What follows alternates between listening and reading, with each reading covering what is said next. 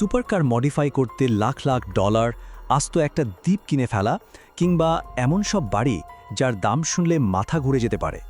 এগুলো কিন্তু কোনো সিনেমার গল্প না, এগুলো হলো বিশ্বের সবচেয়ে ধনী ইউটিউবারদের প্রতিদিনের অবিশ্বাস্য কিছু খরচের নমুনা। তো আজকের আলোচনাটা ঠিক এই নিয়েই, তাদের এই এলাহি কাণ্ডের দুনিয়ায় একবার ডুব দেওয়া যাক। আচ্ছা, চলুন শুরু করা যাক একটা খুব সাধারণ প্রশ্ন দিয়ে। একটা মূর্তির দাম কত হতে পারে? একটু আন্দাজ করুন তো দেখি, কারণ উত্তরটা কিন্তু বেশ চমকে দেওয়ার মতোই। 12 লাখ ডলার। হ্যাঁ, 1.2 মিলিয়ন ডলার। সংখ্যাটা একটু হজম করতে সময় লাগতেই পারে, কিন্তু অপেক্ষা করুন, কারণ এটা কিসের দাম তা শুনলে হয়তো আরও অবাক হতে হবে। এই বিশাল অঙ্কটা হলো জেক পলের বাড়ির সুইমিং পুলের পাশে রাখা একটা মহাকাশচারীর মূর্তির দাম। আর হ্যাঁ, পৃথিবীতে এই মূর্তি আছেই মাত্র 3টা, আর বলা বাহুল্য আমাদের আজকের অবিশ্বাস্য খরচের তালিকাটা কিন্তু এখান থেকেই শুরু হচ্ছে। তো প্রথমে আসা যাক বিলাসবহুল শখ আর অদ্ভুত সব খামখেয়ালির কথায়। এমন সব খরচ যা শুনলে মনে হবে কিভাবে সম্ভব। এই খরচগুলোও আবার দুই রকমের।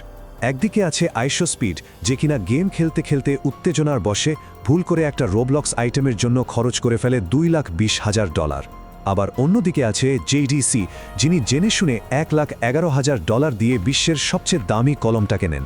মজার ব্যাপার হলো সেই কলমের সাথে কালি পর্যন্ত দেয়া ছিল না।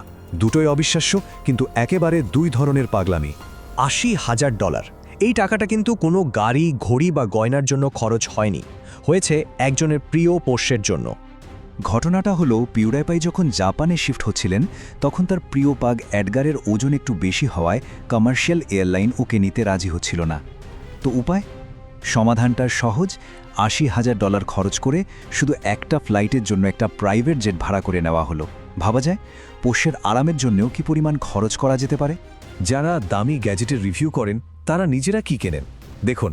মার্কাস ব্রাউনলি মানে MKBHD $10,000 দিয়ে কিনেছেন একটা লিমিটেড এডিশন গুচি এক্সবক্স। পৃথিবীতে আছেই মাত্র 100টা। কিন্তু অরুণ মাইনি মানে মিস্টার হুজ দ্য বস তাকেও ছাপিয়ে গেছেন। তিনি $1,70,000 দিয়ে কিনেছেন একটা স্যামসাং ফোন, যেটা কিনা 1 কেজি সোনায় মোড়ানো। এখন কথা হবে $1 মিলিয়ন সব কালেকশন নিয়ে। $1.5 মিলিয়ন, মানে $15 লাখ। আর এই টাকা দিয়ে কেনা হয়েছে এমন একটা জিনিস যা কোনো শোরুমে পাওয়া যায় না, কারণ জিনিসটা আক্ষরিক অর্থেই প্রাগৈতিহাসিক। হ্যাঁ, লোগান পল $1.5 মিলিয়ন দিয়ে 6.5 কোটি বছরের পুরনো একটা ট্রাইসেরাটপস ডাইনোসরের মাথার খুলি কিনেছেন। আর সেটা রেখেছেন কোথায় জানেন? নিজের বসার ঘরে। ভাবুন একবার, যে জিনিসটা থাকার কথা কোনো বড়সড় মিউজিয়ামে, সেটা এখন তার ব্যক্তিগত ড্রয়িং রুমের ডেকোরেশন পিস। অবিশ্বাস্য। লোগান পলের কাণ্ড এখানেই শেষ নয়। পোকেমন কার্ড নিয়ে তার গল্পটা তো একটা সিনেমার মতো। প্রথমে তিনি $3.5 মিলিয়ন, মানে $35 লাখ খরচ করে এক বাক্স নকল পোকেমন কার্ড কিনে ধরা খেলেন।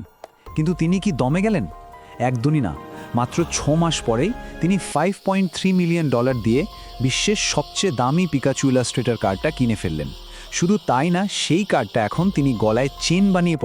এবার আসা যাক KSI এর কথায়। গয়নার প্রতি তার ভালোবাসাটা অন্য লেভেলের। যেমন তার কাস্টম নেম প্লেটটার দামই $1.5 লাখ, হীরা বসানোর রোলেক্স ঘড়িটার দাম $2 লাখ। কিন্তু সব কিছুকে ছাড়িয়ে গেছে তার লর্ড বেরোস চেনটা, যেটা দাম শুনবেন $500,000, মানে $5 লাখ। গয়না, গ্যাজেট এসব তো হলো। এবার কথা বলা যাক আলটিমেট স্টেটাস সিম্বল নিয়ে, মানে বাড়ি। তবে এগুলোকে ঠিক বাড়ি বলা চলে না, এগুলো স্বপ্নের প্রাসাদ, এমনকি ব্যক্তিগত দ্বীপও। $2.9 মিলিয়ন, প্রায় $29 লাখ। এই টাকায় কেনা হয়েছে এমন একটা বাড়ি যা ওয়াটারফ্রন্ট প্রপার্টি বা জলাশয়ের ধারের বাড়ি কথাটার মানেই পাল্টে দিয়েছে। ইউটিউবার আনস্পিকেবল শুধু একটা বড় বাড়ি কেনেননি, তিনি কিনেছেন আস্ত একটা ব্যক্তিগত দ্বীপের উপর তৈরি করা মেগা ম্যানশন। আর বাড়ির চারপাশে আছে একটা লেক, যাতে তিনি যখন খুশি জেটস্কি চালাতে পারেন। এটা আসলে বাড়ি কম, ব্যক্তিগত রিসোর্ট বেশি। তবে বাড়ি কেনার কারণটাও মাঝে মাঝে বেশ অদ্ভুত হতে পারে। যেমন কাই সেনাট একবার স্ট্রিমে বলছিলেন তাকে $1 মিলিয়ন বাড়ি কিনতে হয়েছে কারণ তার জামা কাপড় আর অন্যান্য জিনিসপত্র রাখার জায়গা হচ্ছিল না। বাবা যায়, স্টোরেজ স্পেসের জন্য একটা আস্ত বাড়ি। $160 মিলিয়ন। হ্যাঁ, সংখ্যাটা ঠিকই দেখা যাচ্ছে।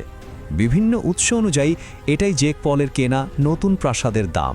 প্রায় 13,000 স্কোয়ার ফিটের এই কম্পাউন্ডে আছে 8টা বেডরুম, একটা আলাদা গেস্ট হাউস, 6টা গাড়ি রাখার গ্যারেজ আর দেশের অন্যতম বড় একটা টিভি।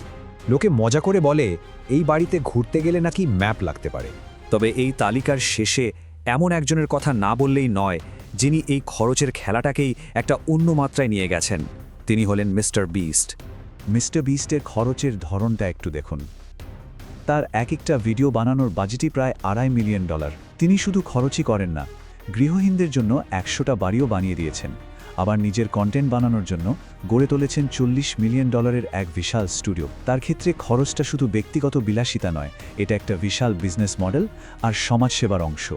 আর এই উক্তিটা সম্ভবত মিস্টার বিস্টকে বোঝানোর জন্য সবচেয়ে পারফেক্ট। তার কাজের স্কেল এখন এতটাই বড় যে তার প্রতিযোগিতা আর অন্য ইউটিউবারদের সাথে নয়, বরং সরাসরি নেটফ্লিক্সের মতো মিডিয়া জায়ান্টদের সাথে। তাহলে শেষ প্রশ্নটা এখানে এসে দাঁড়ায়, যখন টাকা খরচ করাটাই আর শখ থাকে না, বরং সেটাই হয়ে ওঠে বিজনেস মডেল, তখন এই সাম্রাজ্যের বিস্তার ঠিক কতদূর পর্যন্ত যেতে পারে? এর কি আদৌ কোনো সীমা আছে? এটা সত্যিই ভাবার মতো একটা বিষয়।